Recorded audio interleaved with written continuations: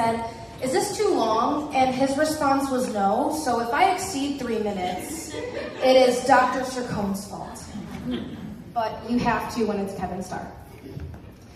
I've known for months that I would be speaking today in honor of Mr. Kevin Starr, a dedicated English teacher, admired student teaching supervisor of Buffalo State University, inspirational role model, one of the strongest social advocates that I know, and an individual that I'm very lucky to call a dear friend. Kevin is being awarded today with the English Education Alumni Award and recognized for his retirement, and he is immensely well-deserving of this honor and the retirement that he's about to venture into. I feel very fortunate to be speaking on Kevin's behalf today, as I am eager to share with everyone that I have started and finished a one-sided competition with Kevin without his knowledge.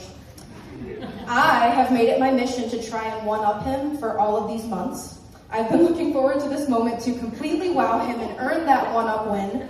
However, I am unexpectedly proud today to report that I have completely and utterly failed, ending our one-sided feud and crowning Kevin as the champion, but I am surprisingly excited and honored to share why. So Kevin was my student teaching supervisor when I was student teaching at Clarence Middle School. When I finished my placement, I asked Kevin if he would write me a letter of recommendation for when it came time for me to start applying to teaching jobs. And he graciously agreed, and days later he gave me the most beautifully crafted opening line that I have desperately tried to one-up for months. Kevin opened this letter by writing, and I have to quote this exactly or else it just doesn't work. "A human glass of ginger ale, full of effervescence and sparkle. Come on, you can't expect an English teacher to miss the chance to use a metaphor. When you meet Alyssa Germano, you'll see that the comparison is a solid one. While that is the kindest thing I think anyone has ever said about me, today, respectfully, it's so frustrating because there is no way that I could possibly beat those words. I've tried for months. Endless figurative language regarding your welcoming spirit, your consistent willingness to help others, your dedication to your community and to future English teachers, your commitment to excellence for not just yourself, but also for those around you, your strong mind that is foundationally grounded with love at the core, your sophisticated humor, your deep love for your family, and your ability to make all those that you care for feel like they are part of that family too. I can't believe I'm only now realizing as I write this why I have failed my mission. One, the obvious answer, there's just no one-upping Kevin Starr. I don't think anybody could try. I was foolish to think I could try. And two, no master in the English language, no matter how intelligent they are or how long they've studied a dictionary for, could possibly condense Kevin to a single phrase that captures all the magic that he is. Kevin, I will never forget when I found out you'd be my supervisor and the first time I met you. I remember reading your name listed on my schedule underneath my middle school teaching placement, and I was filled with anxiety that this person I didn't even know had my future in their hands, and it rested on impressing him. Then I met you for the first time before my placement began. You created an instantaneous feeling of assurance, security, and comfort.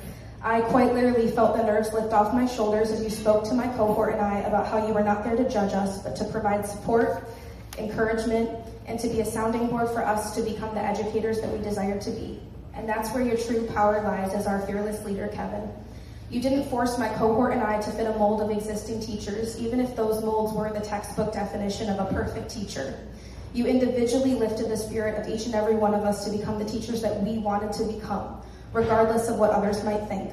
The same environment you created for your students in your English classes throughout your teaching career. I remember you asking us to introduce ourselves that same day, and we discovered that I was an assistant director for a musical that your granddaughter was in that summer. You then asked if we could speak more about it after the meeting with our cohort was over, and I had a pit of nerves in my stomach because I was like, what the heck does he want to talk to me about? Then you shared that the company I was assistant directing for and had participated in as a student for many years prior is the theater company that your incredible father, Jerry Starr, built from the ground up, Kent on Stage. I worked in and for this company alongside your incredibly talented sister Jody, brother-in-law Jim, nephew Mark, and niece Alex. Your biological family was already a theater family to me, and my biological family was already a staple in your life as well, as you recalled fond memories of your mom being a customer of my grandfather's at his hair salon, Frank's Beauty Salon.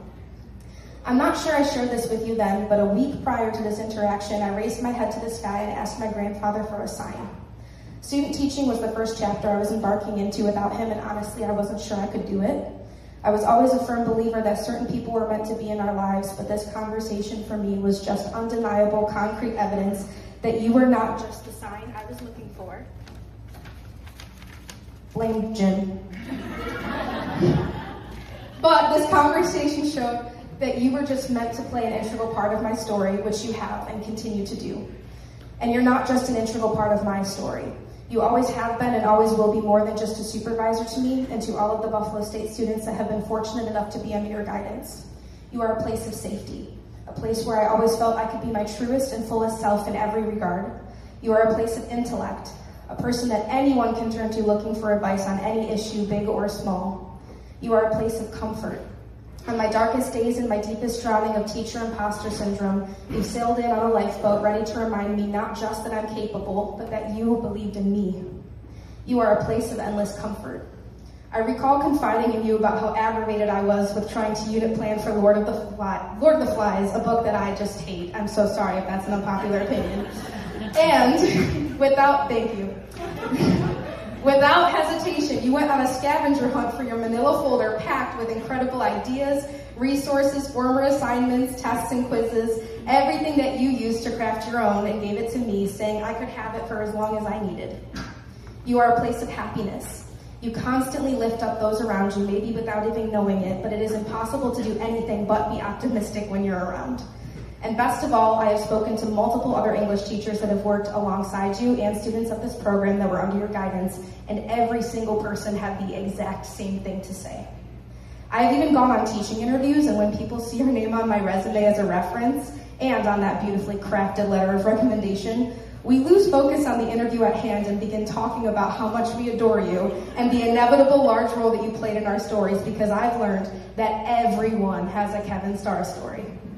You have a presence that makes all of those around you know that they are unconditionally supported. I'm almost done, Jim. Almost. Welcomed and loved immediately.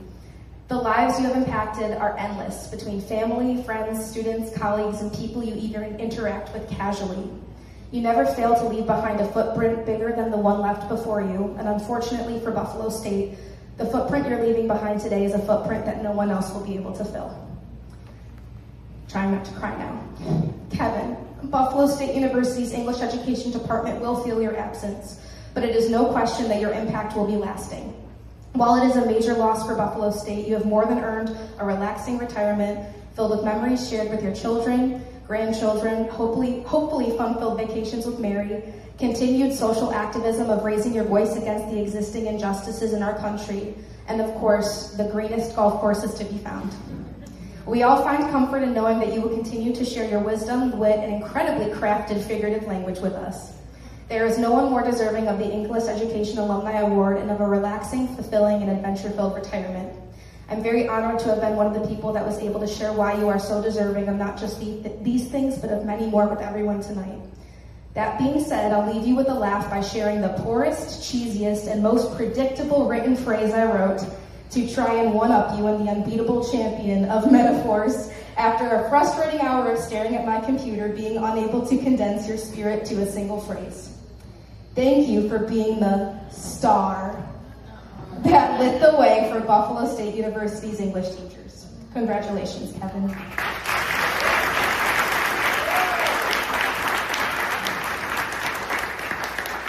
Good evening, everyone. My name is Aliza Fromwiller, and I am so excited to stand up here and speak about Kevin Starr, who has had such a meaningful impact on so many of us. Kevin and I met this past August when he was assigned to be my student teaching supervisor. At first, I was quite intimidated by him, considering how smart he is and how professional he always looks. I mean, look at his suit. You look great, by the way. But that original intimidation quickly disappeared as Kevin became the most supportive and inspirational role model I had during my student teaching experience. What is so special about Kevin is that he not only dedicated time to encouraging us as teachers in the classroom, but he also constantly checked in on how we were doing personally. He genuinely cares about the people around him, and that meant so much to everyone who was lucky enough to have him as a supervisor. Kevin not only helped me grow as an English teacher, but as a human being. He taught me to always reach for the stars and stay true to myself.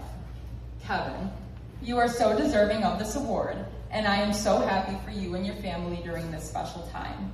Thank you again for everything you have done for everyone in this room and the dozens of others out there who have also been lucky enough to receive Starshine and Love from you.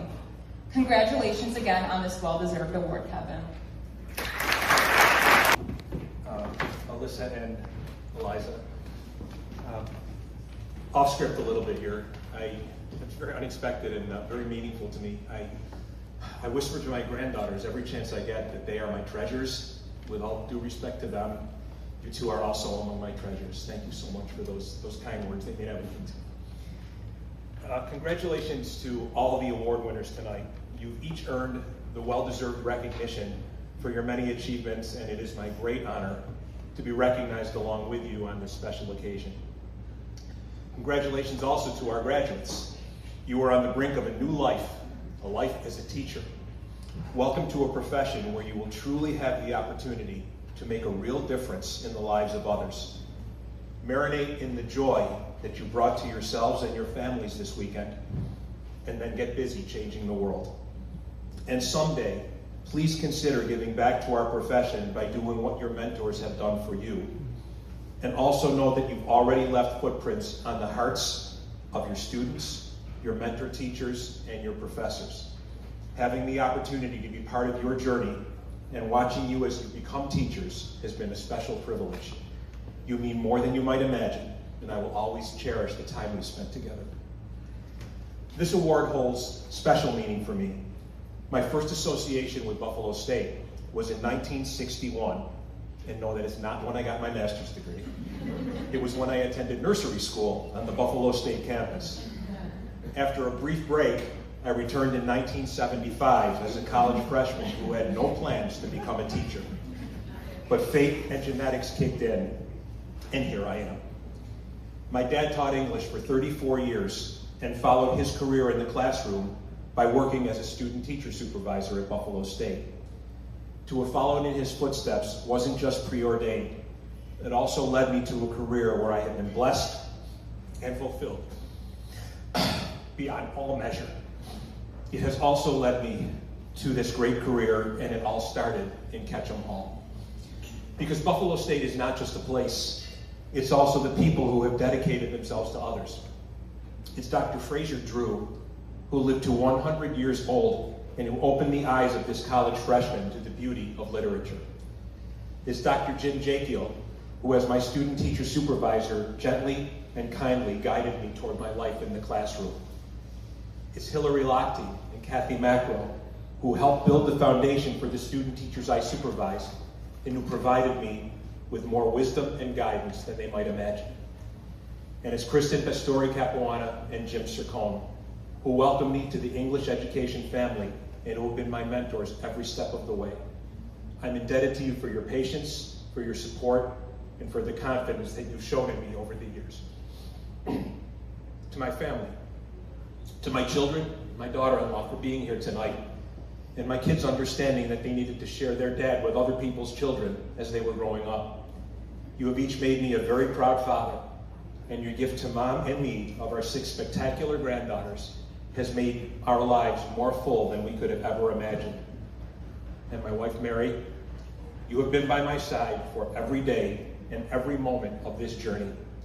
Any honor I receive, any recognition I'm given, it means everything because I can share it with you. I can't wait to experience many more years of making our dreams come true. As this chapter of my life comes to a close, it will mark the first time in 47 years that I won't be working with students in some capacity. I am eternally grateful that I've spent most of my life responding to the question, so what do you do, with words I have always treasured? I'm a teacher.